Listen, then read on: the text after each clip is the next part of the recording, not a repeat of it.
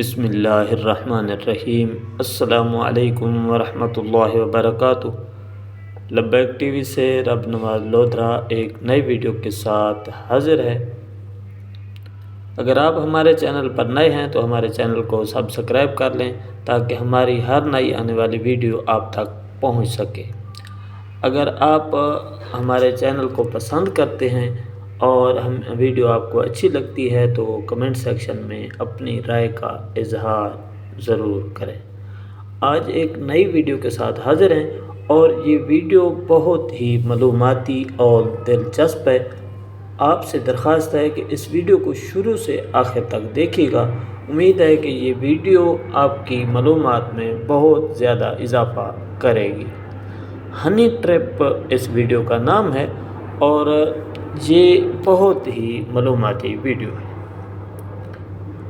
کانوں میں رس گھولنے والی آواز میں وہ مسلسل کہتی جا رہی تھی، ہیلو جانو، بس تم آ جاؤ، میں تمہیں جلوے دکھاؤں گی، اب میں تمہارے بغیر نہیں رہ سکتی، سب کام چھوڑ کے آ جاؤ، میں تمہاری یاد میں روتی رہتی ہوں، میرے آنسوؤں کا حساب کون دے گا۔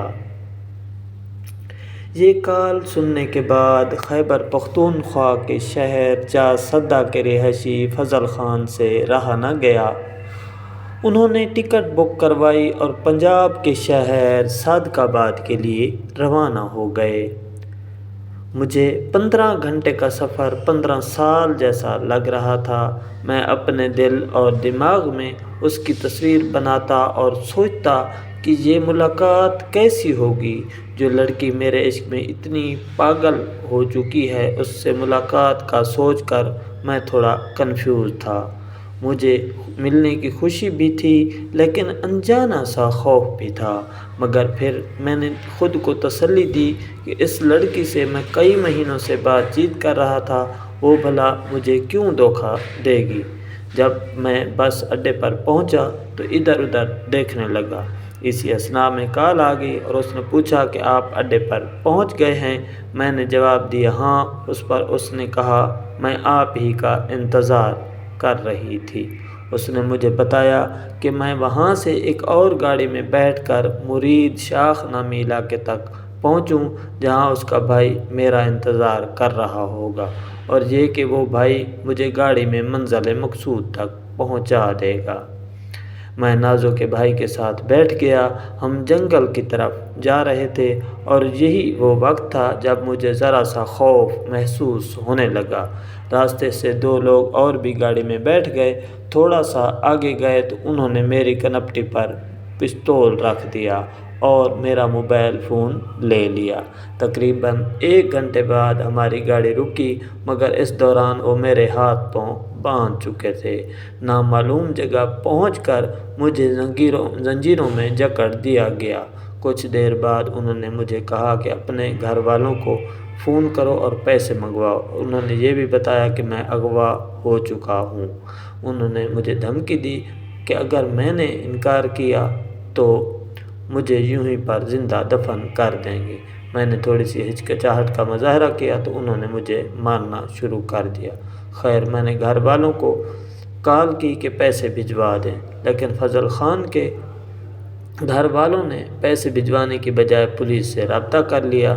مجھے نہیں پتہ اس دوران پولیس نے ایسا کیا کیا کہ مجھے بحفاظت بازیاب کروا لیا گیا۔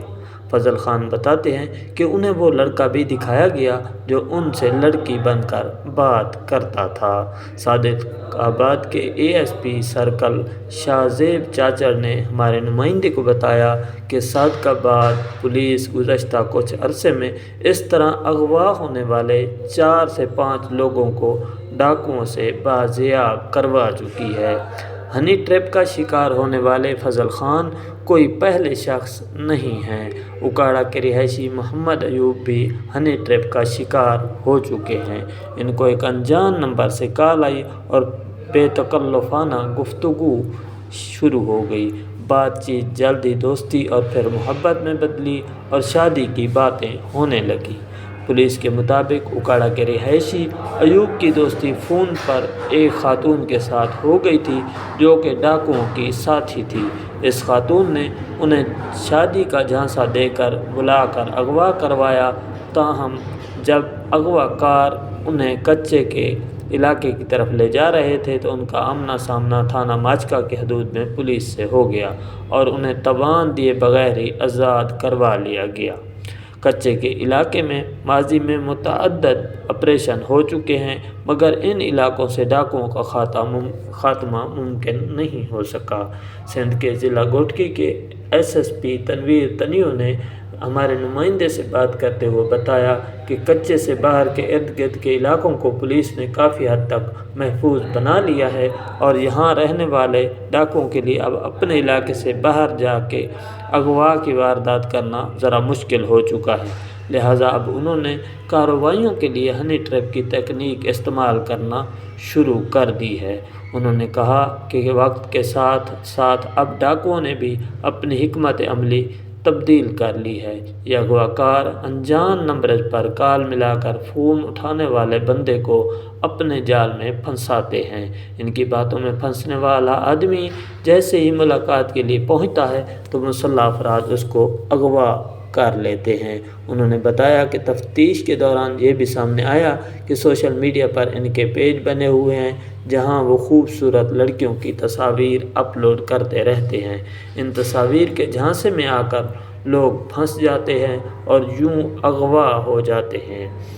تنویر تنیو نے بی بی سی کو بتایا کہ سندھ میں ہنی ٹریپ کا شکار لوگ کم ہوتے ہیں، اب ان کا شکار زیادہ تر خیبر پختونخوا اور پنجاب کے لوگ بنتے ہیں۔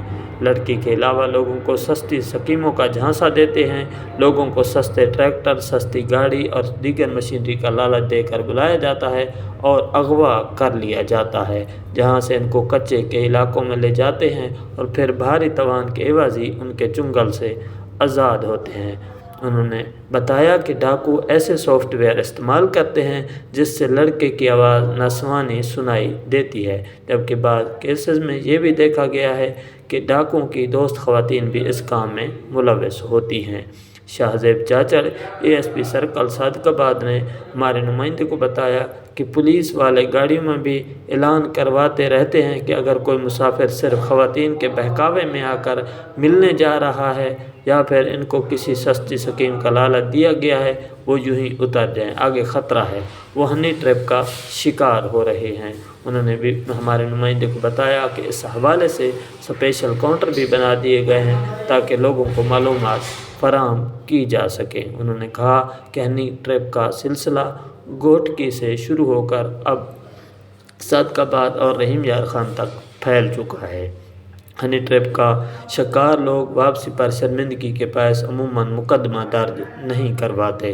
شاہ زیب چاچڑ اے ایس پی کے مطابق محکمہ پولیس نے پاکستان ٹیلی کمیونیکیشن اتھارٹی یعنی پی ٹی اے کو کچے کے علاقے میں کام کرنے والے موبائل بند کرنے اور فیڈرل انویسٹیگیشن ایجنسی یعنی ایف آئی اے کو بھی متعدد خطوط لکھے ہیں کہ ان کے خلاف کارروائی کی جائے۔ حکام سے ڈاکوؤں کے سوشل میڈیا اکاؤنٹس بند کرنے کی اپیل بھی کی گئی ہے۔